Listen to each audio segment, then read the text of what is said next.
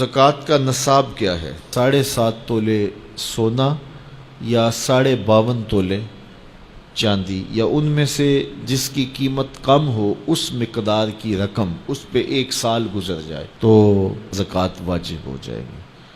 اور اگر کوئی تاخیر کرتا ہے تو گناہ گار ہوگا، لیکن اگر کوئی ایڈوانس بھی دے دیتا ہے تو زکوٰۃ اس کی بھی ہو جائے گی، کہ 2 سالوں کی اکٹھی زکوٰۃ دے دیتا ہے تو یہ بھی جائز ہوگی کہ اس نے ایڈوانس زکوٰۃ دے دی۔ اب زکوٰۃ کے مصارف کیا ہیں؟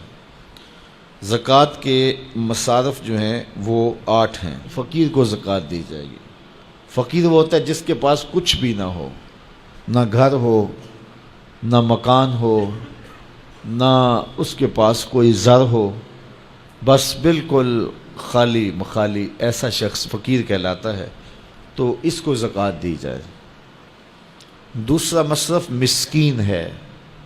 مسکین ایسے شخص کو کہتے ہیں کہ جس کے پاس اپنا ذاتی گھر تو ہے اور تھوڑا بہت کام کاروبار بھی ہے، بچوں کی روٹی روزی بھی چلتی ہے، لیکن اس کے پاس اتنے پیسے جمع نہیں ہوئے کہ وہ نصاب کی ملک تک پہنچیں، یعنی 7.5 تولے سونا یا 52.5 تولے چاندی، یا ان دونوں میں سے کسی ایک کی قیمت اس کے پاس نہیں ہے، تو وہ مسکین کہلائے گا، تو وہ بھی زکوٰۃ کا مستحق ہے۔ تیسرا رقاب، یعنی غلام کو آزاد کرنے کے لیے اس کو زکوٰۃ دی جا سکتی ہے، تاکہ وہ اپنی قیمت دے کر کے اپنے آقا سے اپنی جان چھڑا لے۔ اور چوتھا غارم۔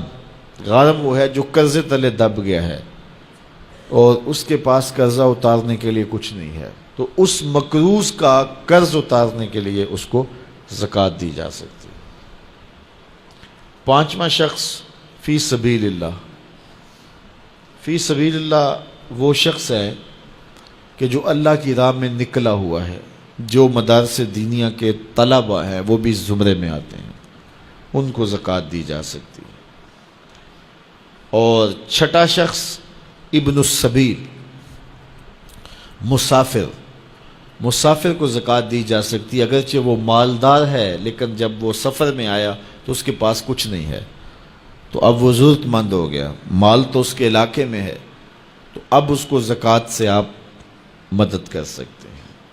اور 7واں مصرف عامل، جو حکومت کی طرف سے زکوٰۃ اکٹھی کرنے پہ مامور ہو، تو باقاعدہ اس کی تنخواہ بھی زکوٰۃ کی رقم سے دی جائے گی۔ 8واں مصرف زکوٰۃ کا وہ لوگ ہیں جن کے بارے میں یہ گمان ہو کہ وہ اسلام لے آئیں گے، تو ان کی دل جوئی کر کے ان کو زکوٰۃ کی رقم بھی دے سکتے ہیں تاکہ وہ اسلام میں داخل ہو جائیں، لیکن اب اسلام غالب ہو گیا تو اس کی ضرورت نہیں رہی۔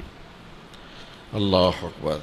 تو یہ 40واں حصہ ہے زکوٰۃ کا، یعنی 100 میں سے 2.5 روپے راہ خدا میں۔ ان مصارف میں سب کو بانٹ کر بھی دیے جا سکتے ہیں، کسی ایک مصرف کو بھی دیے جا سکتے ہیں۔ حضرت شیخ احمد مجدد الف ثانی علیہ رحمہ مکتوبات میں لکھتے ہیں، جب دین کا انہدام ہو رہا ہو، جب دین کی قدریں پامال ہو رہی ہوں، تو اس زمانے میں راہ دین میں ایک دانگ خرچ کرنا، ایک پائی خرچ کرنا، دیگر مدات میں لاکھوں روپے خرچ کرنے سے افضل ہے۔